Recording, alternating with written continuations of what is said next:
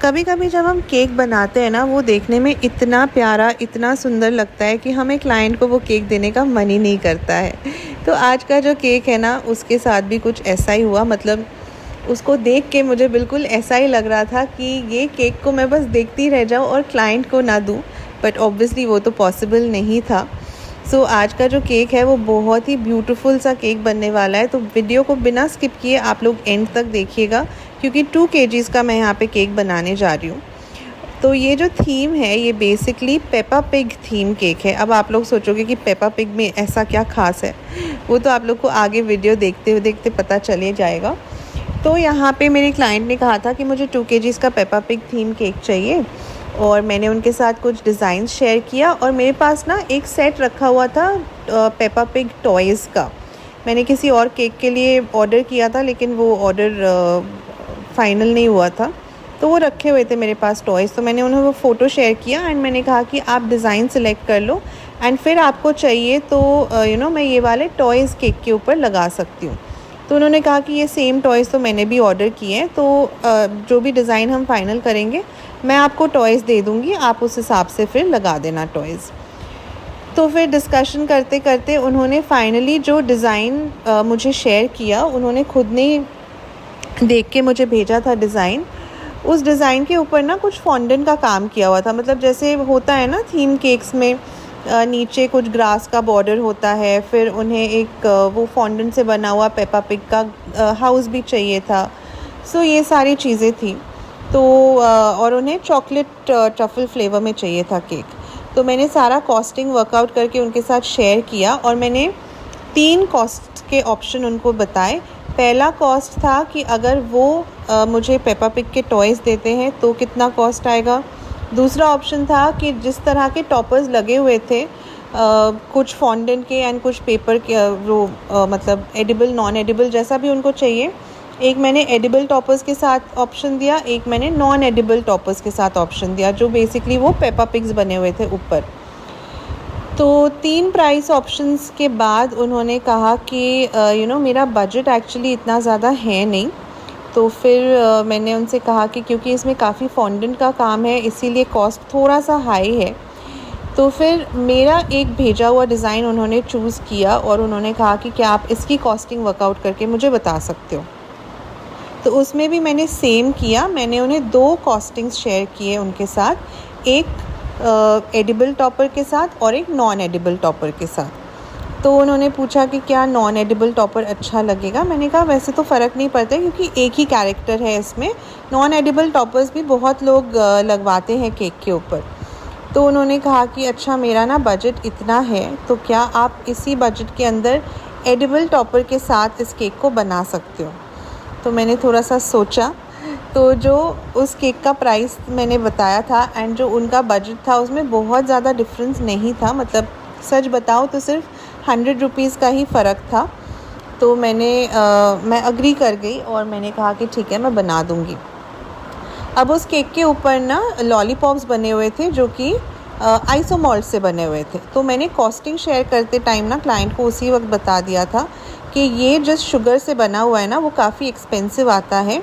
तो मैं जो कॉस्ट आपके साथ शेयर कर रही हूँ, इसमें ये वाले सेम वो नहीं बनाऊँगी मैं लॉलीपॉप्स, लेकिन ऐसे ही लॉलीपॉप्स मैं चॉकलेट के साथ बना दूँगी, क्योंकि मुझे पता था कि उनके पास एक बजट रिस्ट्रिक्शन है। तो फालतू में क्यों टाइम पास करने का, मतलब जब मुझे पता है कि कोई ऑल्टरनेट ऑप्शन है जो कि उस ऑप्शन से थोड़ा चीपर है, तो मैंने वही देना उनको बेटर समझा। तो वो तो खुश हो गई, उन्होंने कहा हाँ बिल्कुल चलेगा, कोई प्रॉब्लम नहीं है। और उस केक के ऊपर ना मैं बाद में आप लोग के साथ वो डिज़ाइन भी शेयर कर दूँगी जो क्लाइंट ने अप्रूव किया था फाइनली।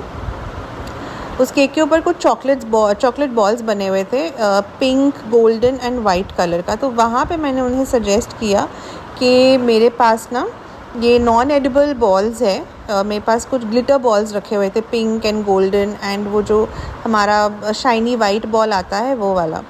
तो मैंने उन्हें कहा कि अगर आप चाहो तो मैं ये वाले बॉल्स केक के ऊपर लगा दूँगी, तो ये नॉन एडिबल हो जाएंगे, बाकी सब कुछ आपका एडिबल रहेगा। वो पेपा पिग भी एडिबल होगा, बाकी लॉलीपॉप्स वगैरह भी सब एडिबल होंगे। और मैंने इन्हें ये सजेस्ट इसलिए किया क्योंकि ये ना मेरी रेगुलर क्लाइंट है, मतलब हर साल उनकी बेटी और बेटे का बर्थडे केक मैं ही बनाती हूँ। तो मुझे पता है कि उनकी बेटी के बर्थडे केक के लिए ना हमेशा वो मुझसे कहती है कि आप कुछ ग्लिटर इफ़ेक्ट डाल देना इसके ऊपर। तो इसीलिए मैंने उन्हें वो ग्लिटर वाले बॉयल सजेस्ट किया, तो वो अग्री कर गई और जितना कॉस्ट हमने अग्री किया था उसी के अंदर मैंने सब कुछ डन कर दिया। तो यहाँ पे 2 kgs केक के लिए ना मैंने 2 स्पॉन्जेस बेक किए हैं हाफ kg के, और ये स्पॉन्ज मैंने 7 इंच के टिन में बेक किया है। अब आप सोचोगे कि कुछ टाइम पहले मैंने जो ब्लैक केक शेयर किया था, जो फॉन्डेंट ड्रेप किया हुआ जो ब्लैक केक मैंने बनाया था, वो भी 2 kgs का था, लेकिन वो मैंने 6 इंच के टिन में बनाया था। तो ये वाला केक मैंने 7 इंच के टिन में क्यों बनाया? वो इसलिए क्योंकि टिन साइज़ जब हम डिसाइड करते हैं ना केक्स के लिए, वो हमेशा आपके डिज़ाइन के ऊपर डिपेंड करता है। तो वो फॉन्डेंट वाला जो केक था ना, अगर मैं 7 इंचेस के टिन में बनाती तो मुझे हाइट इतनी ज़्यादा नहीं मिलती, एंड वो फॉन्डेंट ड्रेप वाला डिज़ाइन छोटे हाइट वाले केक पे बिल्कुल भी अच्छा नहीं लगता। लेकिन ये वाला जो केक है ना, एक तो ये केक भी चॉकलेट ट्रफ़ल फ्लेवर में है, लेकिन बाहर से मुझे इसको व्हिप्ड क्रीम से फिनिशिंग देनी थी। तो व्हिप्ड क्रीम से करने से क्या होता है, थोड़ा हाइट आपको ज़्यादा मिल ही जाता है ट्रफ़ल केक के कंपैरिजन में। दूसरा ये था कि केक के टॉप में ना मुझे काफ़ी सारे एलिमेंट्स लगाने थे, जिसके लिए मुझे जगह चाहिए।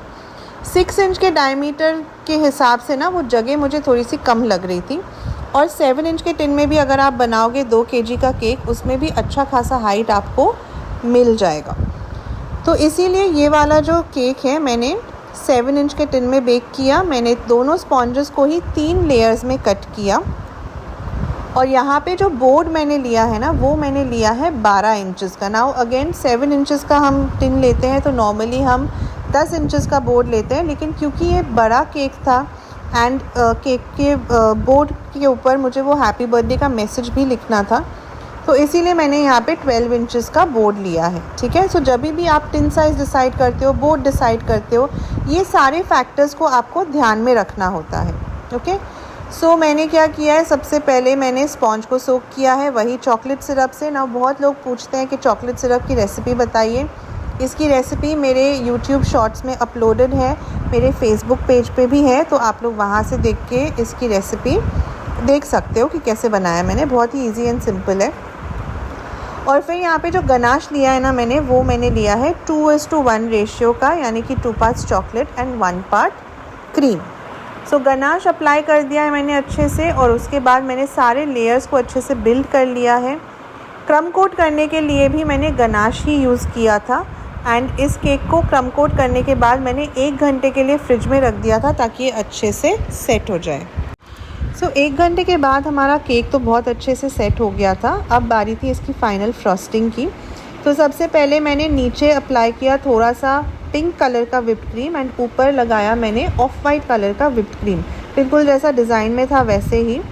सो यहाँ पे पिंक कलर के लिए ऑब्वियसली आपको जेल कलर मिक्स करना है अपने व्हिप्ड क्रीम में, एंड ऑफ वाइट के लिए ना आपको just touch of yellow jail colour add करना है अपने व्हिप्ड क्रीम में। ठीक है, अब आपने देखा होगा ऊपर के पार्ट पे जो क्रीम लगाया था मैंने, उसको मैंने टैप किया। वो इसलिए क्योंकि अक्सर क्या होता है ना, वहाँ पे एयर बबल्स आ जाते हैं। तो आप देखोगे जब आप पैलेट नाइफ घुमाते हो ना उसके ऊपर, तो कहीं कहीं से वो क्रीम जो है उसमें या तो होल्स हो जाते हैं या फिर थोड़ा सा वो फूला फूला सा नज़र आता है। वो एयर पॉकेट्स की वजह से होता है। तो आपको क्या करना है, सिंपली अपने क्रीम को टैप करना है पैलेट नाइफ से, एंड उसके बाद आप क्रीम को स्मूथ कर लो। टैप करने से आपके जो एयर बबल्स हैं ना वो सारे निकल जाते हैं। तो फिर स्क्रैपर एंड पैलेट नाइफ की मदद से मैंने पूरे केक क्रीम को अच्छे से स्मूथ कर लिया। जहाँ जहाँ क्रीम कम लगी थी वहाँ पे मैंने थोड़ा सा और क्रीम लगाया, एंड इस तरह से प्रॉपर फिनिशिंग दे दिया ओवरऑल केक को। एंड ऊपर की तरफ ना सिलिकॉन ब्रश से मैंने एक पैटर्न बना दिया।